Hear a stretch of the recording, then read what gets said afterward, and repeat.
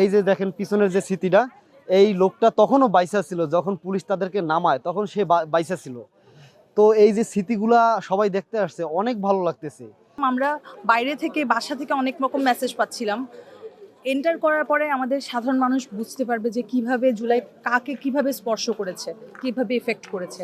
এখানে অনেকগুলো স্মৃতি আমাদের মাঝে বিরাজমান করতে আছে।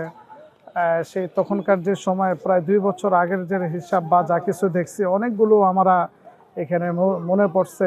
আমার এই ছোট মনে একটা প্রশ্ন আসছে যে এগুলা হচ্ছে যখন আন্দোলন ছিল তখন কত ছাত্ররা কত জীবন দিয়েছে, কত কি করেছে, ওরা রাজপথে থেকে এই অনেকে শহীদ হয়েছে। এর বিচ্ছে 2 বছর পরে এখন দেখি যে কত কত সাইড দিয়ে কত নেতা বের হয়ে আসছে, ওরা নাকি মাঠে ছিল, এইখানে ছিল, ওইখানে ছিল, ওরা নাকি আন্দোলন করছে। তারপর এখন আমি ঘুরে দেখি যে সব জায়গার মধ্যে ছিল ছাত্ররা, অথচ 4 বাগুল দিয়ে এসে চিপাতে চাপাতে গুলিতে বেড়ে যাচ্ছে নেতারা বড় বড়।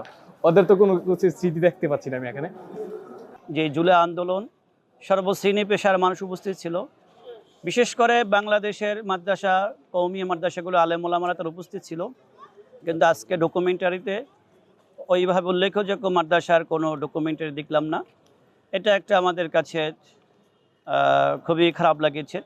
জিনিসগুলো সাজানো ঠিক আছে, বাট মনে হচ্ছে যে আমার কাছে কিছু কিছু জিনিস মনে হয়েছে যে একটু বেশি করেই হচ্ছে অর্ডিনারি বানানোর চেষ্টা করা হয়েছে, যেটা করার দরকার ছিল না। এটা অ্যাজ ইট ইজ আমরা যেভাবে 5ই আগস্টে গণভবন যেভাবে দেখেছি ওইভাবেও রাখা যেত আর কি।